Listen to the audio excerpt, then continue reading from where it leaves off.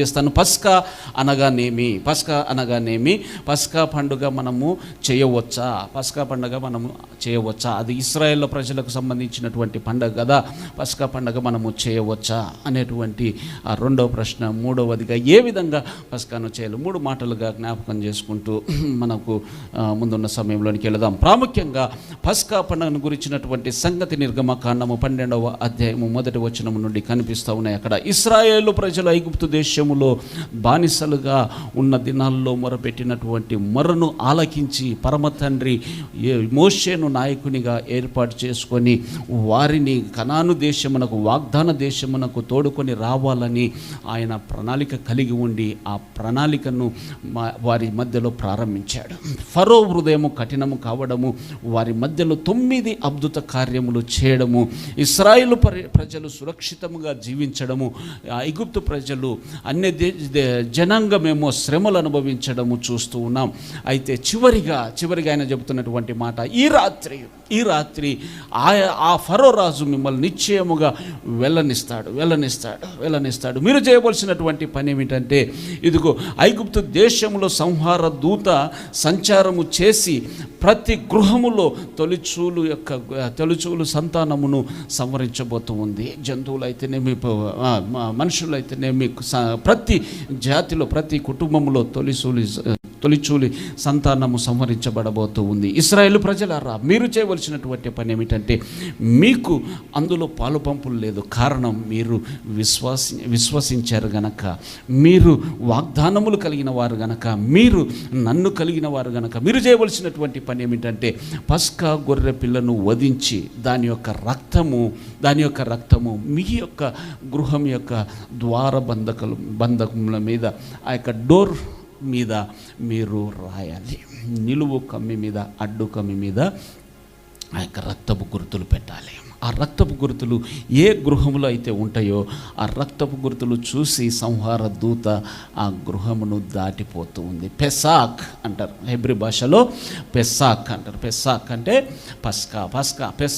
Pass over అని ఇంగ్లీష్లో అంటారు. Pass over. పెసాక్ అని అంటే హెబ్రీ భాషలో దాటిపోవడము. హల్లెలూయా. దాటిపోవడం. ఏమి దాటిపోవడం అంటే సంహార దూత దాటిపోవడము. దేన్ని దాటిపోవడము? మరణమును దాటిపోవడము. దేన్ని దాటిపోవడము? ఇదిగో నిత్య నరకాగ్ని నుండి తప్పించబడేటువంటి ఆ యొక్క మార్గము, నిత్య నరకాగ్ని నుంచి తప్పించబడేటువంటి అది. సరే, మరణము నుండి తప్పించబడడం, దాటిపోవడము, సంహార దూత దాటిపోవడము. ఆ యొక్క గృహానికి ఆ రక్తపు గుర్తులు ఏ గృహానికి ఉన్నాయో సంహార దూత దాటిపోతూ ఉంది. ఆ రాత్రి ఆ ప్రతి గృహములో ఘోష వినపడుతుంది. అప్పుడు మిమ్మల్ని వెళ్ళిపోమని చెబుతాడు ఫరో అని చెప్పాడు. ఆ విధంగానే జరిగింది. ఆ గొర్రెపిల్ల ఏ విధంగా ఉండాలి అనేది లాస్ట్ ఇయర్ మనం కొద్దిగా స్టడీ చేసాము. పస్కా గొర్రెపిల్ల ఏ విధంగా ఉండాలి అనేది లాస్ట్ ఇయర్ పస్కాలో స్టడీ చేసాము, అది ధ్యానించాము. ఆ పస్కా గొర్రెపిల్లకు యెహోషువ మెస్సయ్యకు ఉన్నటువంటి సాదృశ్యము మనం చూసాం, ప్రభుకు ఉన్నటువంటి సాదృశ్యము చూసాము. అందుకొరకే అది చివరిలో జ్ఞాపకం చేస్తాను. అందుకొరకే ఆయన మన పస్కా గొర్రెపిల్లగా వధించబడి ఉన్నాడని చెబుతుంది లేఖనము. హల్లెలూయా. సరే, అక్కడ రాయబడినటువంటి మాట కాస్త ముందుకు వెళితే గనక 23వ అధ్యాయము లేవి కాండము 23వ అధ్యాయము లేవి కాండములో 23వ అధ్యాయం 4-5 వచనాలు చదువుదాం.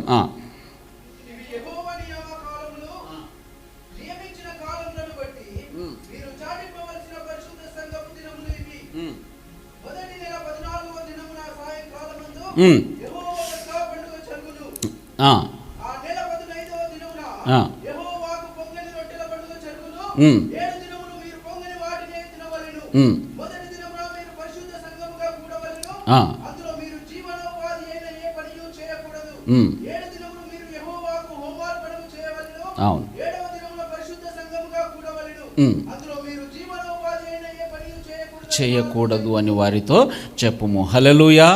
ఇది యెహోవా నియామక కాలములో, యెహోవా నియమించినటువంటి నియామక కాలము.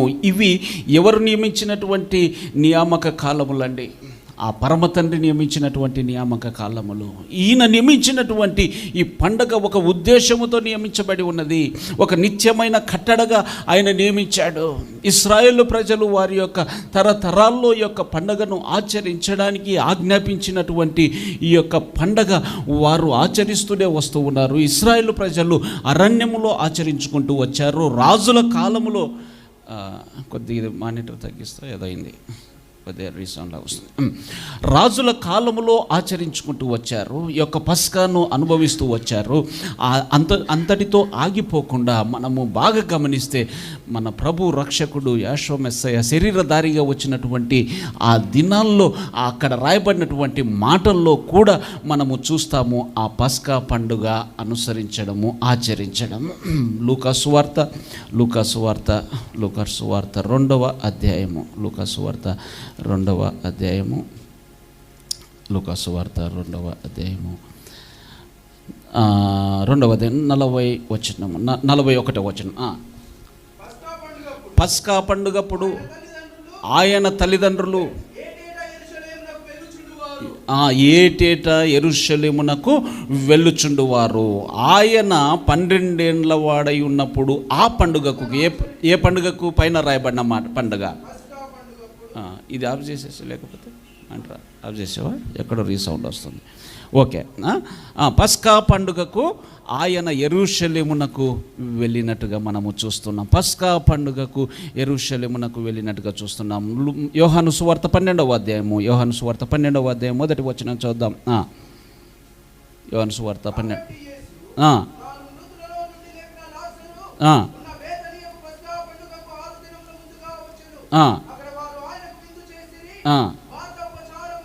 చాలు, అక్కడ రాయబడినటువంటి మాట చూసారా? ఆయన మృతుల నుండి లేపిన లాజరు ఉన్న బేతనియాకు వచ్చాడు. ఎప్పుడు అంటే పస్కా పండుగకు 6 దినముల ముందుగా వచ్చాడు. ఇది ఒక అద్భుతమైనటువంటి అంశముతో కూడిన ప్రసంగం. అది దాంట్లోకి డీటెయిల్స్కి వెళ్తే మళ్ళీ మనకు సమయం సరిపోదు కనుక చెబుతున్నటువంటి మాట ఏమిటంటే, ఇశ్రాయేలు ప్రజలు పస్కా ప్రభురాత్రి భోజనమును ఆచరించారు, పస్కా పండుగను ఆచరించారు.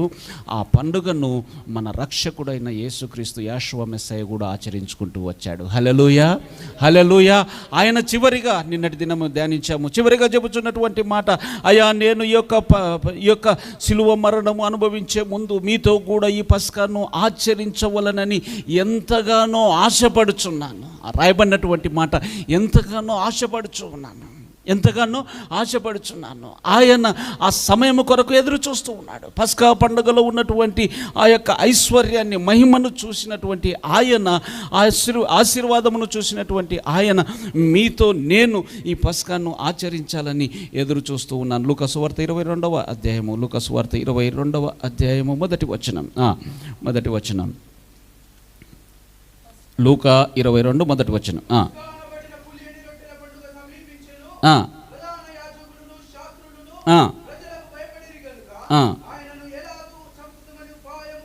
పస్కా అనబడిన పులియని రొట్టెల పండుగ సమీపించాను. ఆ కిందికి వెళదాం. 14వ అధ్యాయము 14వ వచనము. ఆ గడియ వచ్చినప్పుడు ఆయనతో కూడా అపోస్తలులు పంక్తిని కూర్చుండిరి. ఏ పంక్తి? భోజన పంక్తి. ఏ భోజన పంక్తి? పస్కా భోజన పంక్తి. పైననే ఉంది చూసారా, పైన 13వ వచనం చూడండి. వారు వెళ్ళి ఆయన తమతో చెప్పినట్టు కనుగొని పస్కాను సిద్ధపరిచిరి. ఆ పస్కాను సిద్ధపరిచిన ఆ భోజన పంక్తిలో, పస్కా భోజన ప్రభురాత్రి పస్కా భోజన పంక్తిలో కూర్చున్నప్పుడు ఆయన చేస్తున్నటువంటి పని, అప్పుడు ఆయన నేను శ్రమపడక మునుపు మీతో కూడా ఈ పస్కాను భుజింపవలనని మిక్కిలి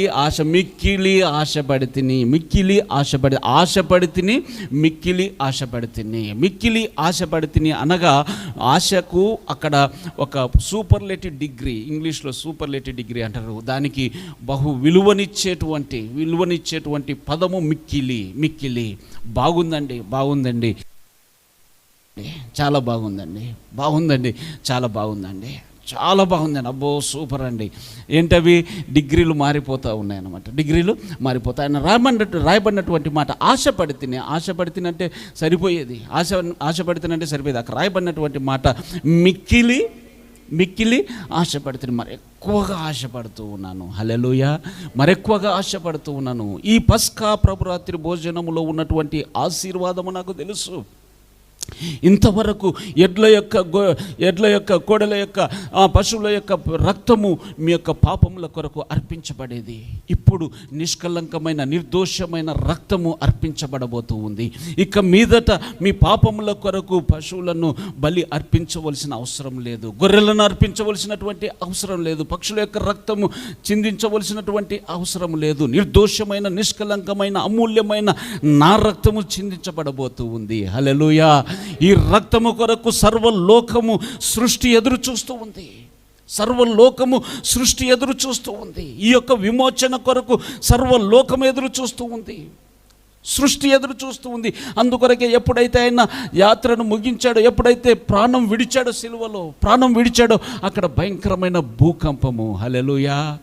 ఆ భూకంపము భూమి సాక్ష్యం ఇస్తూ ఉంది, భూమి ఎదురు చూస్తున్నది, ఆకాశం ఎదురు చూస్తూ ఉంది, సూర్యచంద్ర నక్షత్రములు ఎదురు చూస్తూ ఉన్నాయి. ఈ యొక్క గొప్ప మహాకార్యమును తొంగి చూడడానికి ఎదురు చూస్తున్న వేళ ఆయన చెబుతూ ఉన్నాడు, ఆ సమయం రానే వచ్చింది, నేను మీతో కలిసి ఈ యొక్క ప్రభురాత్రి భోజనమును ఆచరించి నా యొక్క పని నేను తుదముట్టిస్తాను. హల్లెలూయా. ఆ విమోచన ప్రణాళికను నేను సంపూర్ణం చేస్తాను, సమాప్తి చేస్తాను. అప్పుడు మీరు స్వేచ్ఛగా పాపము నుండి విడిపించబడి, హల్లెలూయా, పాప బంధకముల నుంచి విడిపించబడి, అమూల్యమైన రక్తము చేత కడగబడడం ద్వారా వచ్చే ఆ యొక్క అభిషేకమే ప్రత్యేకమైనది. అభిషేకమే ప్రత్యేకమైనది. భూమిని తలకిందులు చేసేటువంటి వారు ఇక్కడికి కూడా వచ్చి ఉన్నారా? ఎక్కడి నుంచి వచ్చింది? ఆయన రక్తము చిందించడం ద్వారా వచ్చిన ఆ అభిషేకం అది. హల్లెలూయా, హల్లెలూయా. ఆ సమయము అవన్నీ నేను చూస్తూ ఉన్నాను గనక నాకు తెలుసు ఈ యొక్క పస్కా యొక్క విలువ ఏంటో. అందుకొరకు మరి మిక్కిలి నేను ఆశపడితిని. సరే, అక్కడ జరిగినటువంటి సంభవాలు కాస్త ధ్యానం చేద్దాం. ఎప్పుడు ఆయన చనిపోయాడు అనే విషయము మీ హృదయంలో అది నాటబడే వరకు జ్ఞాపకం చేస్తూ ఉంటాను. కొందరికి రిపీటెడ్గా ఉండవచ్చు, కానీ అనేక సంగతులు రిపీటెడ్గా వినవలసి వస్తుంది. హల్లెలూయా. రిపీటెడ్గా వినవలసి వస్తుంది. కారణం, మనం హృదయంలో అలాగా ముద్రించబడాలి. అబద్ధం చెప్పకూడదని ఎన్నిసార్లు వినలేదండి? నేను దాదాపుగా 30 సంవత్సరాలు అవుతుంది నా ఆత్మీయ యాత్ర ప్రారంభించి. 30 సంవత్సరాలు అబద్ధాల గురించి ఎన్నిసార్లు వినింటారు మీరు? ఒక్కొక్కరు అబద్ధం చెప్పకూడదనే ప్రసంగాలు ఎన్నిసార్లు వినింటారు? ఎన్నోసార్లు. ఆయన వాక్యములో జీవం ఉన్నది. హల్లెలూయా. ఇది విన్నదే కదా అని నువ్వు అన్నావంటే ఆత్మీయంగా అక్కడ చనిపోయినట్టే నువ్వు. హల్లెలూయా. అందుకొరకే ఏ చిన్న వ్యక్తి ప్రసంగం చేస్తూ ఉన్నా నేను వాక్యాన్ని ఆస్వాదిస్తూ ఉంటాను. హల్లెలూయా. నేనే ప్రసంగం చేయాలి, నేనే వాక్యం చెప్పాలి, పొరపాటున కూడా ఆలోచనలో కూడా ఉండదు. ఏ వ్యక్తి చెప్పినా జీవము కలిగిన వాక్యం అది. హల్లెలూయా. అభిషేకంలో కాస్త తేడా ఉండవచ్చు. ఒకవేళ నిజంగా ఆ మనిషి సాక్ష్య జీవితం బాగాలేదంటే ఆయన ఇదిని బట్టి వినలేము, కానీ వాక్యమును వినకపోవడం కాదు. హల్లెలూయా. గమనించారా? వాక్యముని వినకపోవడం కాదు, అతని సాక్ష్యాన్ని బట్టి వినలేము, కానీ అదే వాక్యము జీవము గలదే, జీవము కలిగినదే. ఆ జీవక్రియ ఎదుటి మనిషిలో చేయలేకపోవడానికి కారణం ఏంటంటే నిలబడినటువంటి వ్యక్తి యొక్క సాక్ష్యము బాలేదు గనక. లేకపోతే గనక ఆ వాక్యము అదే జీవము, అదే ఆ కృప. హల్లెలూయా. సరే, మళ్ళీ ఒకసారి జ్ఞాపకం చేస్తున్నాను. ఆయన చనిపోయినటువంటి దినము ఈరోజు ప్రపంచము విస్మరించింది. ఎందుకో తెలియదు. అది గుర్తు చేసుకోవడానికి, కాస్త ధ్యానించడానికి, అది కాస్త మనసు పెట్టడానికి క్రైస్తవ లోకానికి ఇబ్బందికరంగా ఉంది. కారణం, వారు అలవాటు పడిపోయారు. ఆలోచన శక్తిని కోల్పోయినట్టుగా వారు ప్రవర్తించడమే. కాస్త ఆలోచన చేసి ఇది లేఖనమా కాదా అని కొద్దిగా ఒక్క క్షణము ఆలోచన చేయగలిగితే గనక ఆయన చనిపోయిన దినము గుడ్ ఫ్రైడేనా, ఈస్టరా, లేకపోతే పస్కా పండుగ రోజు అనేది ఇట్టే అర్థమైపోతూ ఉంది. హల్లెలూయా. ఇట్టే అర్థమైపోతూ ఉంది. ఆయన లేఖనములో చెప్పినటువంటి మాట యోహాను సువార్త 19వ అధ్యాయము చూద్దాం. 19వ అధ్యాయం 14వ వచనం చూద్దాం. 14వ వచనం 14. ఆ దినము పస్కాను సిద్ధపరచు దినము 6 గంటలు కావచ్చును. అక్కడ ఆ దినము సిద్ధపరచు దినం అని ఉంది కదా, అక్కడ పైకి వెళ్ళి 12వ వచనంలో చూడండి ఏముంది అక్కడ.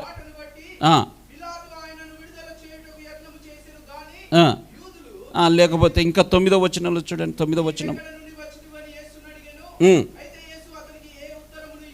అంటే అప్పుడు ఆల్రెడీ ఎక్కడున్నాడు? పిలాతు ఎదుట ఉన్నాడు. ఆల్రెడీ పిలాతు ఎదుట ఉన్నాడు. ఆల్రెడీ సంఖ్యల మధ్యలో ఉన్నాడు.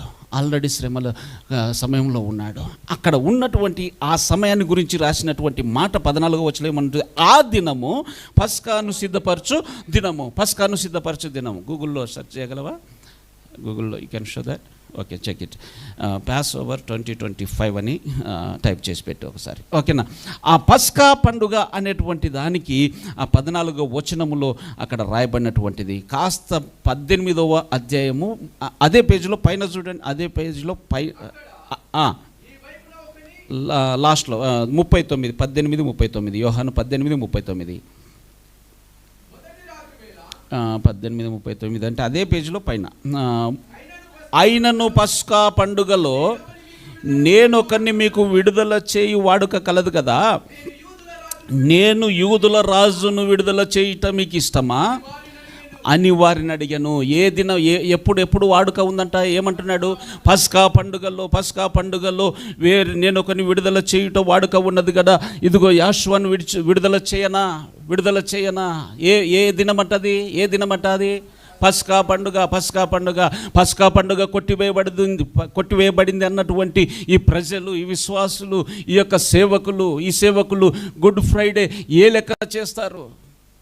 పస్కా కొట్టివేయబడింది అనేటువంటి వారు గుడ్ ఫ్రైడే ఏ లెక్కన చేస్తారు? ఇదేమో తప్పుడు బోధ, అదేమో నీతిగల బోధ. ఇదేమో ఆచారం, ఇదేమో ఇశ్రాయేలు ప్రజలది. మరి గుడ్ ఫ్రైడే ఎవరిది? లేఖనములు ఎక్కడ ఉన్నది? గుడ్ ఫ్రైడే ఎవరిదండి? కొద్దిగా ఆలోచించిన అర్థమైపోతుంది. ఈరోజు నేను ఫ్రైడే చనిపోతే వచ్చే సంవత్సరము నా యొక్క మరణ దినము ఏ దినం వస్తుందండి? ఏ దినం వస్తుంది? ఫ్రైడే వస్తుందా? ఒకవేళ డిసెంబర్ 25 ఆయన పుట్టుక దినము కాదు, లేఖనము చెబుతున్నటువంటి సత్యము, సేవకులు అంగీకరిస్తున్నటువంటి మాట. ఆయన పుట్టుక దినమేమో ఫిక్స్డ్ అయిపోయింది డేటు. ఆయన మరణ దినం ఎందుకు మారుతూ ఉంది? ఎందుకు మారి అలాగా ఏప్రిల్లో రావచ్చు, మార్చిలో రావచ్చు, ఎప్పుడైనా రావచ్చు. 33.5 సంవత్సరాలని ప్రతి సేవకుడు చెబుతూ ఉండగా 25వ అక్కడ చూసారా? Pass over. If you search గూగుల్లో ఒకసారి సెర్చ్ చేస్తే అక్కడ వచ్చేటువంటి కనిపిస్తూ ఉందా? డేట్ కనిపిస్తూ ఉందా? ఆ date evening of Saturday, April 12th, 2025. ఈరోజు ఏ సమయం అండి ఇది? April 12th, Saturday 2025. ఆయన మరణమును జ్ఞాపకము చేసుకోవాలని ఏ క్రైస్తవుడైనా, ఏ విశ్వాసి అయినా ఆశ కలిగి ఉంటే చేయవలసినటువంటి పని ఏమిటంటే, ఇదిగో ఆయన పస్కా పండుగ రోజు చనిపోయాడు. ఆ పస్కా పండుగ ఏ రోజు వస్తుందో, ఈరోజు మనకు జ్ఞానం ఉంది గనక, ఈరోజు అవకాశం ఉంది గనక, సర్వలోకమునకు దిక్సూచిగా ఉన్నటువంటి ఇశ్రాయేలు ప్రజల ద్వారా ఆ పస్కా పండుగ ఎప్పుడు వస్తుంది అనేది నిశ్చయముగా తెలుస్తూనే ఉంది. ఆచరించాలి అనుకుంటే, ఆయన మరణాన్ని జ్ఞాపకము చేసుకోవాలని అంటే, ఇదిగో ఆ పస్కా పండుగ రోజే నువ్వు ఆచరించాలి. ఈరోజు సేవకులు లేస్తూ ఉన్నారు. హల్లెలూయా. గుడ్ ఫ్రైడే నిజము కాదు అని లేస్తూ ఉన్నారు. జయప్రకాష్ పాల్ గారు, రాజ్ ప్రకాష్ పాల్ గారు అద్భుతంగా, నిజంగా తండ్రిని ఎంతగానో స్తుతిస్తూ ఉన్నాను. అల్పులము గనక మన మాటకు విలువ ఉండదు. ఆయన అంటాడు, ప్రవక్తకు ఆ యొక్క సొంత వారి మధ్యలో విలువ ఉండదు. వేరే దగ్గరికి వెళితే అక్కడ ఉంటుంది. అతనికి దేవుడు ఈరోజు ఆ అభిషేకంనిచ్చి, ఆ ప్రత్యక్షతనిచ్చి ముందుకు ఆ సత్యమును తీసుకొని వస్తూ ఉన్నాడు. హల్లెలూయా. ఎల్బీ స్టేడియంలో బూరల పండుగ అంత ధైర్యంగా చేయగలిగాడు. హల్లెలూయా. రేపు సర్వలోకము ఆయన ప్రజల చేత ఏర్పరచబడిన ప్రతి బిడ్డ ఈ నియమంలోనికి రావలసినదే. హల్లెలూయా. నిశ్చయముగా ఈ సత్యమును అంగీకరించవలసినదే. కాస్త సమయం పట్టవచ్చు. నాకు టైం పట్టింది, ఇక్కడ కూర్చున్న కొందరికి టైం పట్టవచ్చు. రుద్దడం ఏమీ లేదు, కానీ లేఖనాన్ని పరిశీలన చేయండి అని మాత్రమే జ్ఞాపకం చేస్తూ ఉన్నాను. ఆ ముందుకు వెళదాం. 31వ వచనం చూస్తారా? 31వ వచనం. ఆ దినము సిద్ధపరచు దినము. దేన్ని సిద్ధపరచు దినము? 14వ వచనములో ఉంది. ఆ దినము పస్కాను సిద్ధపరచు దినము. మరుసటి విశ్రాంతి దినము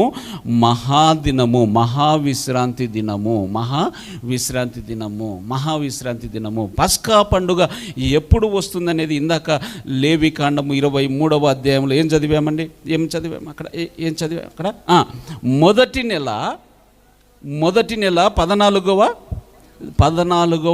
దినమున. మొదటి నెల 14వ దినమున. ఏ మొదటి నెల? జనవరినా? లేఖనములో నియమించబడి ఉన్నవి. ఏ నెల?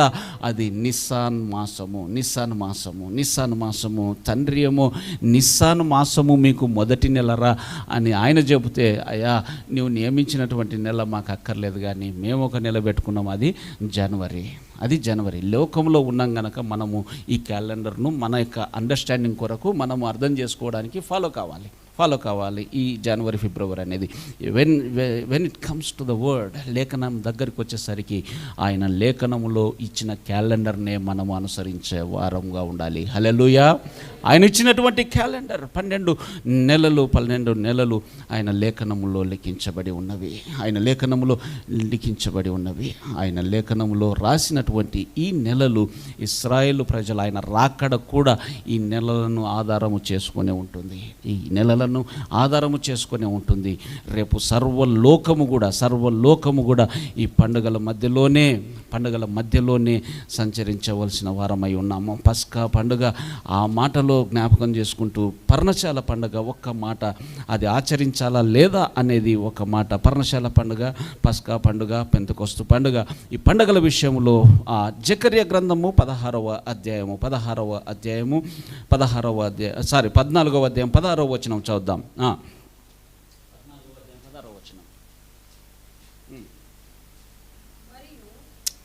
చదవగలిగిన వారందరూ కూడా చదువుదాం. చదవలేనటువంటి వారు నాతో కలిసి పలుకుదాం. మరియు యెరూషలేము మీదికి వచ్చిన అన్య జనులలో శేషించిన వారందరూ సైన్యములకు అధిపతియగు యెహోవాను రాజునకు మ్రొక్కుటకును, పర్ణశాల పండుగ ఆచరించుటకును ఏటేటా వత్తురు. లోకమందుండు కుటుంబములలో సైన్యములకు అధిపతియగు యెహోవాను రాజునకు మ్రొక్కుటకై యెరూషలేమునకు రాని వారందరి మీద వర్షము కురవకుండును. ఐగుప్తీయుల కుటుంబపు వారు బయలుదేరకయు రాకయు ఉండిన ఎడల వారికి వర్షము లేకపోవును. పర్ణశాల పండుగ ఆచరించుటకై రాని అన్య జనులకు తాను నియమించిన తెగుళ్ళతో యెహోవా వారిని మొత్తును. ఐగుప్తీయులకును పర్ణశాల పండుగ ఆచరించుటకు రాని అన్య జనులందరికీ రాగల శిక్ష ఇదే. పర్ణశాల పండుగ దగ్గర మీరు పస్కా పండుగ, పెంతెకొస్తు పండుగ, మిగిలిన పండుగలు అక్కడ రాసి పెట్టుకొని చదివితే గనక, ఐగుప్తీయులకు పస్కా పండుగ ఆచరించుటకు రాని అన్యజనులందరికీ రాగల శిక్ష ఇదే. అన్యజనులకు పస్కా పండుగకు సంబంధము లేకపోతే, పర్ణశాల పండుగకు సంబంధం లేకపోతే వారికి శిక్ష ఎందుకు వస్తుందండి? అన్యాయస్తుడైనటువంటి దేవుడా ఆయన ఒక నియమాన్ని నియమించి ఇది పాటించకపోతే శిక్ష అని చెప్పినటువంటి ఆయన ఇదిగో ఐగుప్తీయులకు ఆజ్ఞ లేకపోతే గనక, ఐగుప్తీయులకు లేనటువంటి వారు కదా, మరి ఏ విధంగా వారు ఆ పర్ణశాల పండుగకు రాకపోతే వారికి శిక్షిస్తాడు? వారిని ఎలాగా శిక్షిస్తాడు? ఆయన న్యాయవంతుడైన దేవుడని మనం ఆరాధన చేస్తూ ఉన్నాం. హల్లెలూయా. ఆయన న్యాయము తప్పేటువంటి దేవుడు కాదు. ఎప్పుడైతే యెహోవా మెస్సయ్య వచ్చాడో, యెహోవా మెస్సయ్య ప్రాణం అర్పించాడో, ప్రభు ఎప్పుడైతే ప్రాణం పెట్టాడో, ఈ యొక్క సత్య సువార్త, ఈ యొక్క లేఖనము సర్వ ప్రజలకు సంబంధించినదయ్యింది. అంతవరకు ఇశ్రాయేలు ప్రజలకు సంబంధించినటువంటి వాక్యముగా ఉన్నది, అంతవరకు ఇశ్రాయేలు ప్రజలకు సంబంధించినటువంటి వాగ్దానములుగా ఉన్నాయి, అంతవరకు ఇశ్రాయేలు ప్రజలకు సంబంధించినటువంటి ఆరాధన క్రమముగా ఉన్నది. ఎప్పుడైతే ఆయన నీ కొరకు నా కొరకు ప్రాణము పెట్టాడో అప్పుడు సర్వలోకమునకు ఒకే విధి, పరదేశికిని ఇశ్రాయేలుకును ఒకే విధి, ఒకే ఒక కట్టడ. హల్లెలూయా. అందుకొరకు ఆయన చెబుతూ ఉన్నాడు, ప్రకటన చేసేటువంటి వారు వస్తారు, ప్రకటన చేసేటువంటి వారిని నేను లేవనెత్తుతాను, ప్రజలందరూ ఈ యొక్క పండుగలు ఆచరించాలి అనేటువంటి ఆ యొక్క బోధను నేను ప్రారంభించినప్పుడు అది తెలుసుకొని రాకపోతే జరిగేటువంటి క్రియ ఏమిటి తెలుసా? ఐగుప్తీయుల మీదికి పర్ణశాల పండుగ ఆచరించుటకు రాని అన్యజనులందరికీ రాగల శిక్ష ఇదే. కఠినమైన ఇది సత్యం. ఈ లోకంలో నేను ఏమి శిక్షను అనుభవించడం లేదు. పాపం చేసేవాడే అలాగ విచ్చలవిడిగా తిరుగుతూ ఉన్నాడు, వాడే ఆశీర్వదించబడుతూ ఉన్నాడు, వానికి లేని శిక్ష. అప్పుడు మామూలుగా నేను వచ్చి పోతూ ఉండగా ఈ పండుగలు ఆచరించకపోతే వస్తుందా అని అనుకుంటే జరిగేటువంటి క్రియ అని తెలుసా? ఈ లోకములో శిక్ష అనుభవించకపోవచ్చు, కానీ ఇందాక చెప్పినట్టుగా రేపు ఆయన ఎదుట నిలబడినప్పుడు పొందుకునే బహుమానాలు పొందుకునేటప్పుడు మాత్రం నిశ్చయముగా ఈ విషయంలో ధైర్యంగా ఏమాత్రము నేను లేఖనానికి సమీపముగా నడిచాము అనేది ఆయన చూసే నీకు నాకు అధికారం ఇవ్వబోతూ ఉన్నాడు. హల్లెలూయా, హల్లెలూయా, హల్లెలూయా. ఆయన చెబుతున్నటువంటి మాట, అయ్యా మీరు ఈ యొక్క కట్టడ నిత్యమైనదిగా ఆచరించాలి. అయ్యా మరి ఆ యొక్క సంఘాలకు ఎవరికైనా చెప్పారా? కొరింథీ సంఘానికి అపోస్తలుడైన పౌలు చెబుతున్నటువంటి మాట నిన్న ధ్యానం చేశాం. మరి ఒకసారి సందర్భాన్ని బట్టి అదే మాట చూద్దాం. 5వ అధ్యాయం, 1 కొరింథీయులకు రాసిన పత్రిక 5వ అధ్యాయము 7-8 6 కూడా చదువుదాం. మన అవసరం ఇక్కడ మన లేఖనానికి అతిశయపడుట మంచిది కాదు.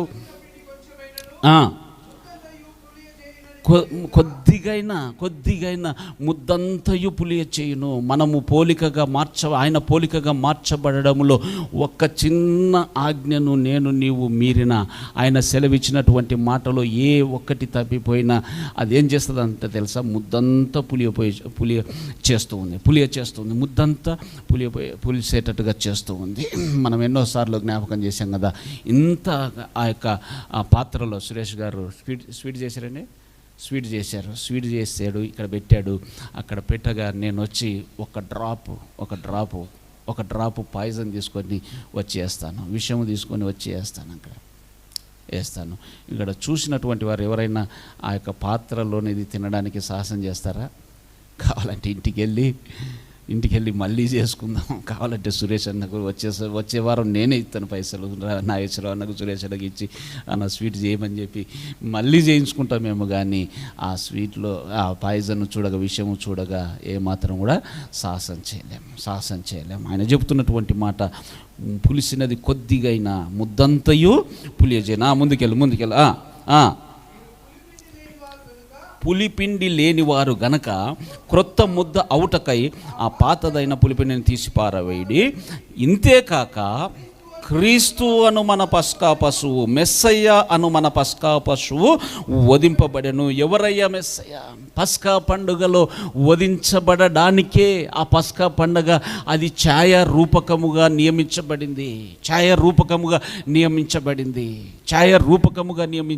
నియమించబడింది ఆయన మరణము కొరకే. హల్లెలూయా. గొర్రెపిల్ల అనేటువంటి మాట ప్రకటన గ్రంథంలో దాదాపుగా 20-23 సార్లు కనిపిస్తుంది. గొర్రెపిల్ల. ఏ గొర్రెపిల్ల? పస్కా గొర్రెపిల్ల. ఏ గొర్రెపిల్ల? పాపములను మోసుకొని పోవు దేవుని గొర్రెపిల్ల. ఏ గొర్రెపిల్ల? ఆ సింహాసనం మీద కూర్చున్నటువంటి గొర్రెపిల్ల. అక్కడ కనపడుతూ ఉంది ఒక ఆలయము, అక్కడ కనిపిస్తూ ఉంది బలిపీఠం మీద కింద నుంచి ఆత్మలు మొరపెడుతూ ఉన్నారు. నాదా ఎందాక మాకు ఈ యొక్క ఘోష, ఎందాక ఈ యొక్క బాధ, మమ్మల్ని హింసించినటువంటి వారిని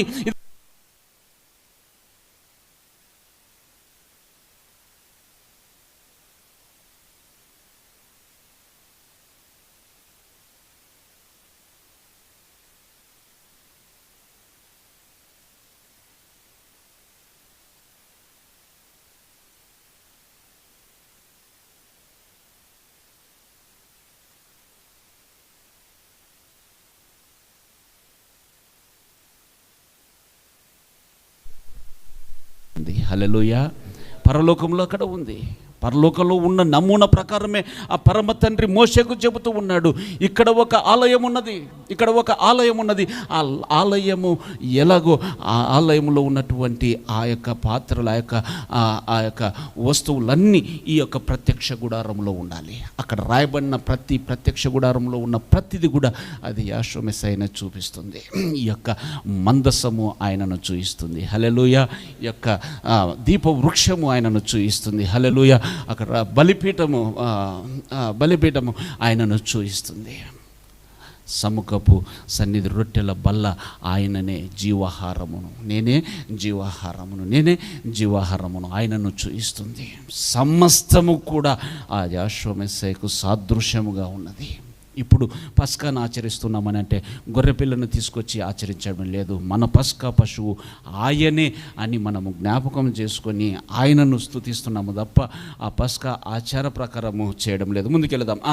అయితే అక్కడ రాయబడిన మన పస్కా పశువు వధింపబడెను గనుక పాతదైన పులిపిండితోనైనను దుర్మార్గత దుష్టత్వమునను పులిపిండితోనైనను కాకుండా నిష్కాపట్యమును సత్యమునను పులియని రొట్టెతో పండుగ ఆచరింతుము. హల్లెలూయా.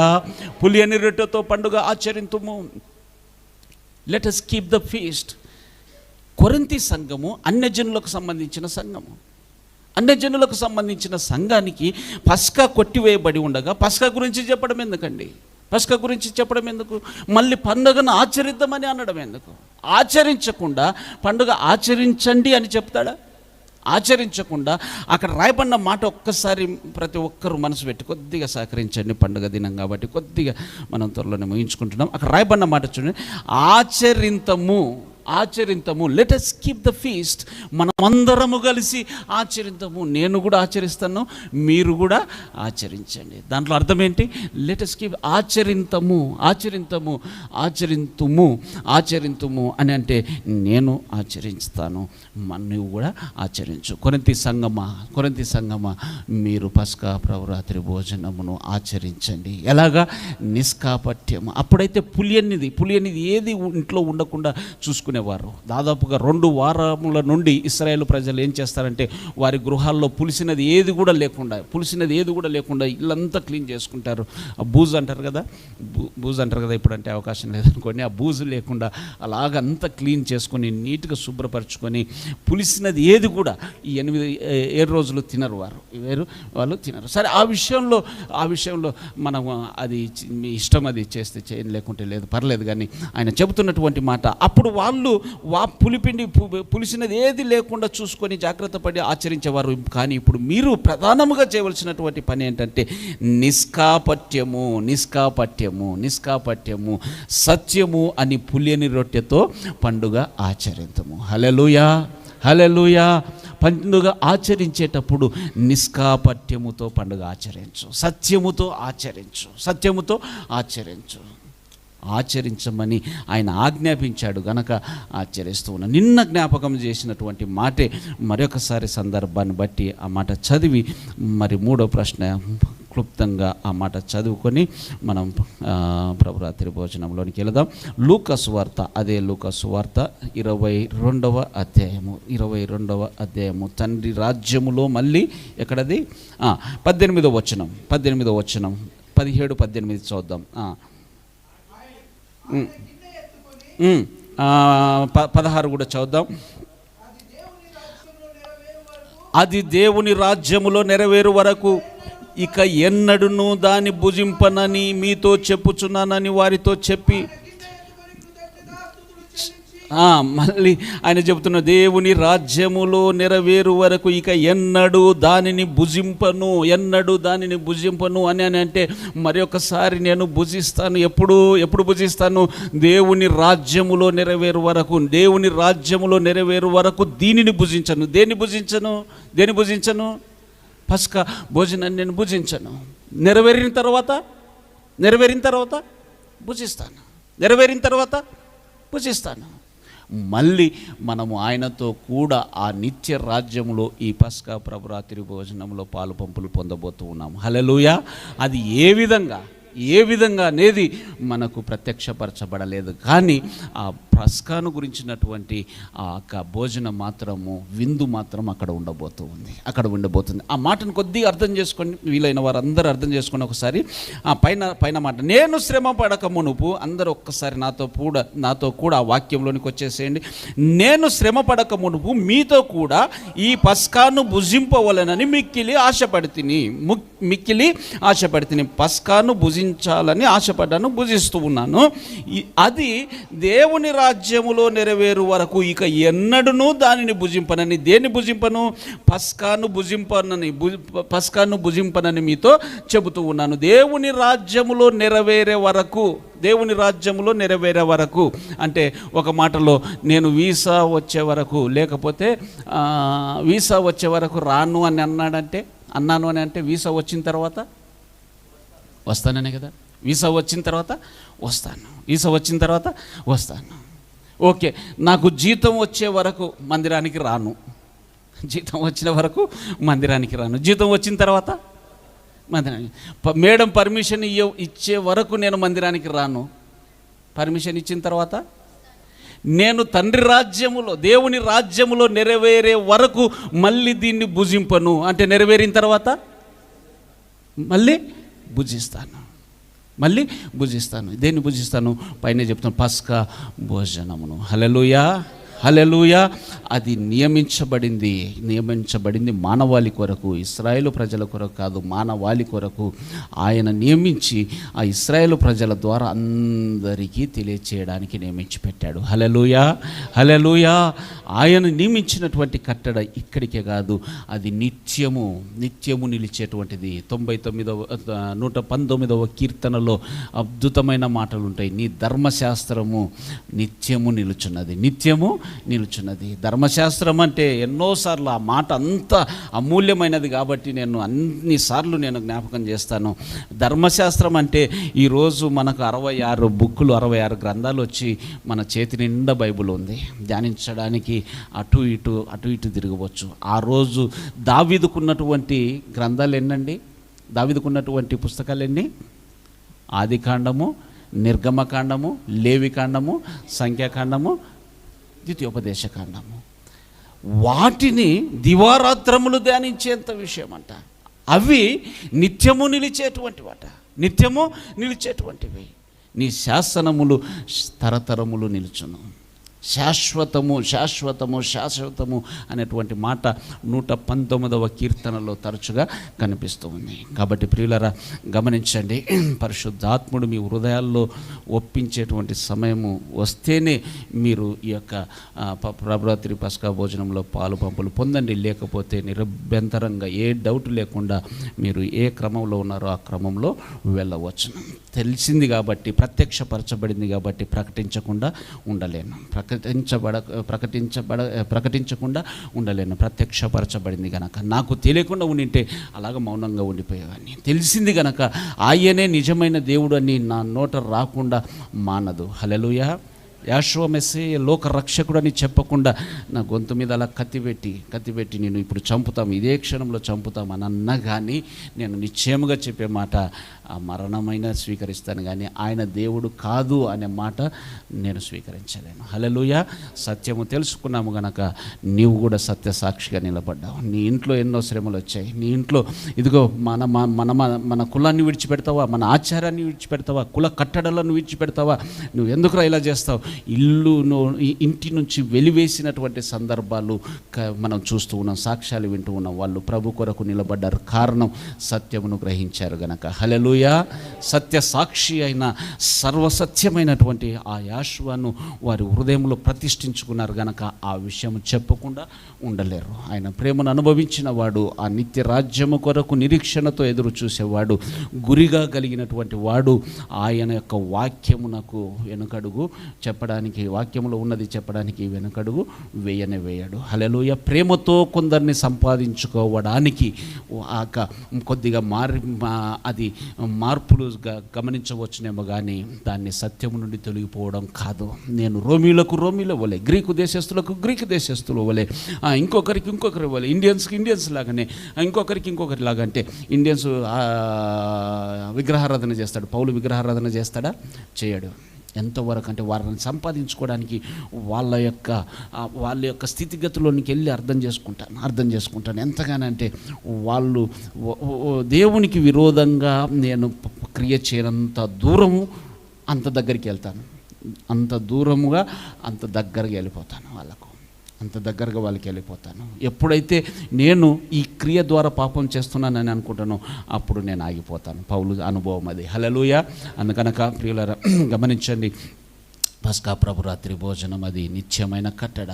ఈరోజు కట్టడ లేని జనులుగా మనం ఉండవలసిన అవసరం లేదు. ఆయన నియమించినటువంటి నియామక కట్టడ. సరే, చివరిగా మరి ఎలాగ ఆచరించాలి? మనం ప్రతి వారం వింటూనే ఉంటాం, ప్రతి నెల వింటూనే ఉన్నాం.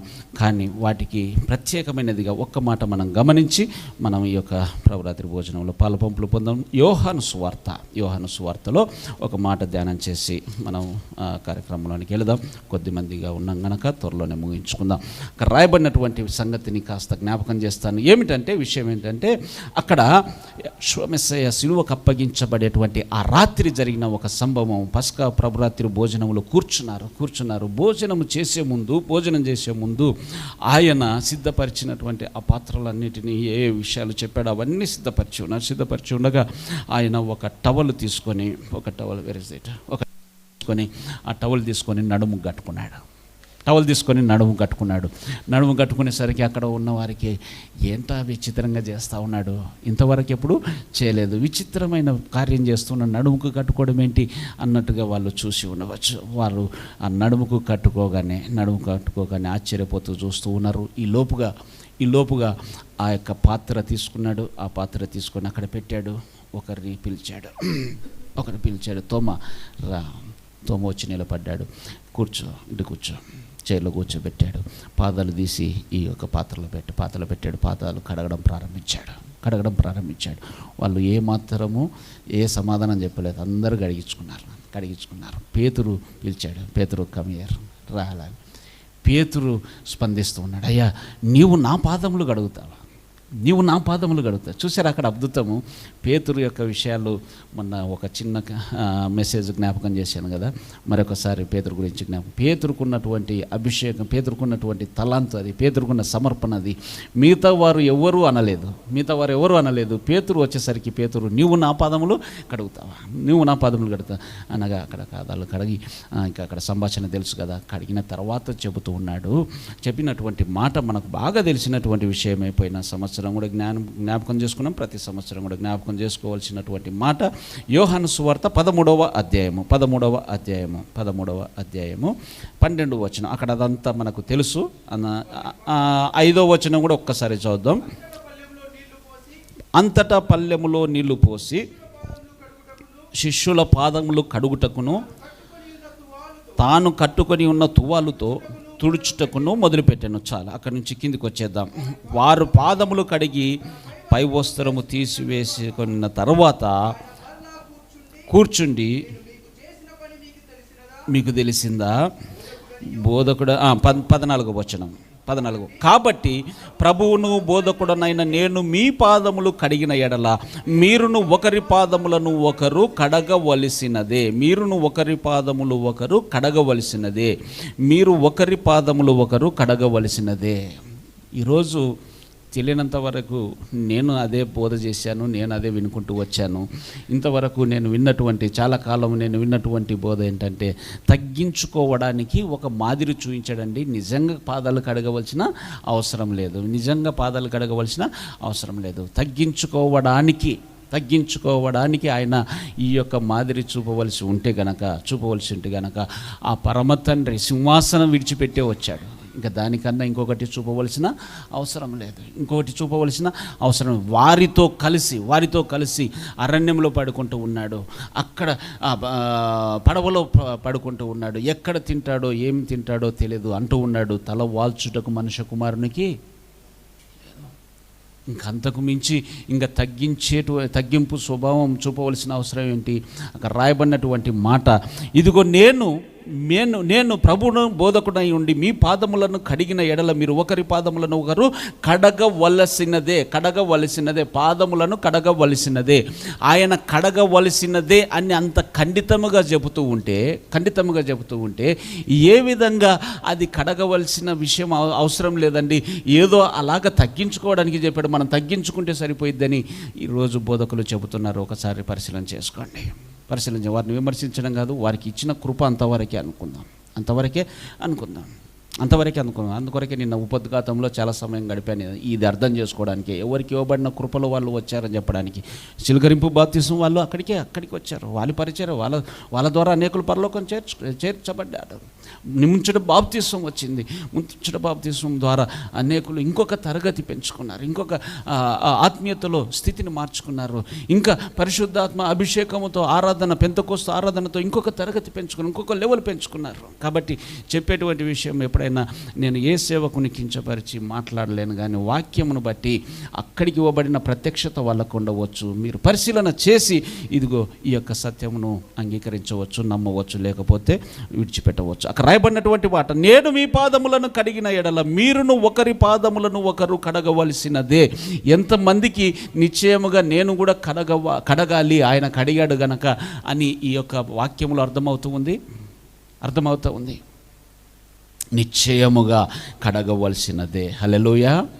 ఒకవేళ చివరికి వచ్చేసాను. ఒకవేళ ప్రతిరోజు వాళ్ళు ప్రభురాత్రి బల్లను ఆచరిస్తే, ప్రతిరోజు వారు పాదములు గడుక్కుంటే ఆ ఒక్క ప్రసంగంలో 3,000, ఇంకొక ప్రసంగంలో 8,000, ఆ 2 ప్రసంగాలకే 8,000 మంది అక్కడ చేర్చబడ్డారు. దినదినము సంఘం అభివృద్ధి చెందగా ఇంతమంది పాదములు కడుక్కుండగా ప్రతిరోజు ప్రభురాత్రి పస్కా భోజనాన్ని ఆచరించడానికి ఆస్కారమే లేదు. నిన్న చూసాము, అది ప్రభురాత్రి భోజనమా, దినానికి సంబంధించినటువంటి ఆహారమా? భోంచేశారా? రొట్టె విరుచుట. భోంచేశారా? రొట్టె విరుచుట. నిన్నటి ప్రసంగంలో అదంతా ఉంటుంది. ఎవరైనా వినకపోతే ఒక్కసారి పస్కా ప్రభురాత్రి భోజనం గురించిన విషయం కాబట్టి చూడమని నేను రిక్వెస్ట్ చేస్తున్నాను.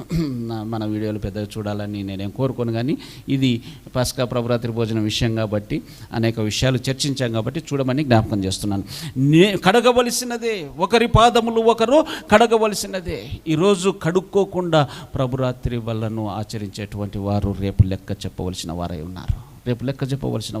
నిశ్చయముగా ప్రభురాత్రి భోజనమును ఆయన పాదములు కడుక్కొని అంత సమయము హెచ్చించి ఆయన అక్కడ టవలు తీసుకొని శిష్యుల యొక్క పాదములు కడిగి ఆయన ఈ యొక్క మాదిరి మనకు చూపించాడు. హల్లెలూయా. ఒక సేవకుడు రమేష్ అన్న, నేను మీకు తెలుసు కదండి, ఒకసారి కడిగినప్పుడు ఆయన మంచి రాజకీయ పలుకుబడి నుంచి వచ్చినటువంటి వ్యక్తి మొట్టమొదటిసారిగా కడిగినప్పుడు చాలా ఫీల్ అయిపోయాడంట. నేనేంటి అసలు ఈ పదవి ఆయనకు ఏసీ లాటరీ లాగా వేసుకొని తీసుకుంటాను. ఎందుకంటే మనం ఒకరొకరు నీవు నాకు నేను నీకు అన్నట్టుగా కాకుండా లాటరీలాగా తీస్తే వచ్చినటువంటి అతను బాగా భారీ ఆజానుభావుడు, మంచి ఏమంటారు స్ట్రాంగ్గా ఉన్నటువంటి, ఆ కాలు చూస్తే ఇంతలా ఉందంట. అసలు నాకు బాధ, అసలు నేనేంటి ఈ కాలు కడగడం ఏంటి అని అనిపించిందంట. తర్వాత పరిశుద్ధాత్మ మాట్లాడగా తను ఆ యొక్క కడగడంలో ఉన్న ఆ యొక్క ఆశీర్వాదము నేను అనుభవించానని అని చెప్పాడు. హల్లెలూయా. సరే, ముగింపులోకి వచ్చా. పాదములను కడగవలసినదే.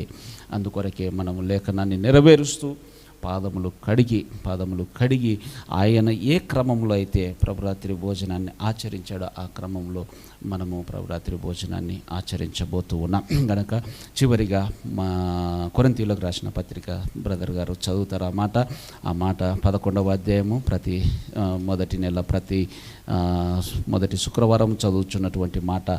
అక్కడ ఒకరినొకరు మనము పరిశీలన చేసుకొని యోగ్యమైన రీతిలో ఈ యొక్క ప్రభు బలలో పాలు పంపులు పొందాలి. ఆయన శరీరమును ఆయన రక్తమును సేవించాలి. ఆయన 28వ వచనం అదొక్కటి చదివి ముగించుకుందాం, కార్యక్రమంలోకి వెళ్దాం. కాబట్టి ప్రతి మనుషుడు తన్ను తాను పరీక్షించుకొనవలెను, అలాగు చేసి ఆ రొట్టెను తిని ఆ పాత్రలోనిది త్రాగవలెను. హల్లెలూయా. ప్రభు శరీరమని వివేచింపక తిని త్రాగువాడు తనకు శిక్షా విధి కలుగుటకే తిని త్రాగుచున్నాడు. మరొకసారి నిన్న చెప్పిన సత్యమును ఒక్కసారి ఆలోచన చేయండి. ఎక్కడైతే రొట్టె అనే ఒక్కటే రాయబడిందో అది ఆహారానికి సంబంధించినటువంటి విషయము.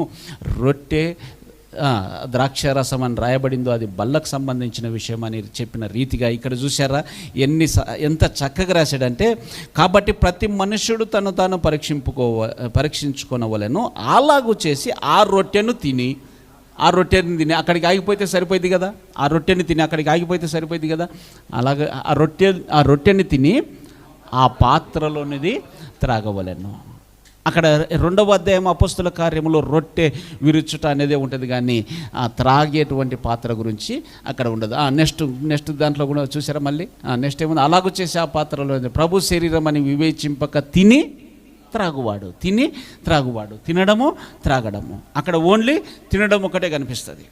అక్కడ ఓన్లీ ఒకటే తినడం ఒక్కటే ఉన్న దగ్గర మీరు బ్లైండ్గా లేఖనములో గుర్తుపెట్టుకోవాల్సిన విషయం ఇది ఆహారానికి సంబంధించినటువంటి విషయము. తిని త్రాగువాడు తన శిక్షా విధి కలుగుటకే మళ్ళీ చూడండి తిని త్రాగుచున్నాడు. పరిశుద్ధాత్ముడు ఎంత అద్భుతంగా తిని త్రాగుచున్నాడు. తిని త్రాగడము శరీరము రక్తము, తినడము త్రాగడము శరీరము. ఆ రొట్టె ఒకటే కాబట్టి తినడము విరవడం అనేది ఒకటే రాయబడింది. సరే, దేవునికి మహిమ కలుగును గాక. చివరిగా కొందరి నోట విన్నటువంటి మాట, కొందరు చెబుతున్నటువంటి మాట చెవులబడింది కాబట్టి చెబుతున్నాను. ప్రతిరోజు పండగేనండి ప్రభు నమ్మిన వారికి. ప్రతిరోజు పండగనే వాస్తవమే, కానీ ఆయన నియమించిన పండగ నీ పండుగ కొరకు నీకు పండగని, ఆయన నియమించిన పండుగను పక్కకు పెట్టొద్దు. ప్రతిరోజు పండగ అయితే క్రిస్మస్ 25 ఎందుకు చేస్తున్నావు? 10 ఆరాధనలు ఎందుకు పెడుతున్నావు? ప్రతిరోజు క్రిస్మస్ పెట్టు.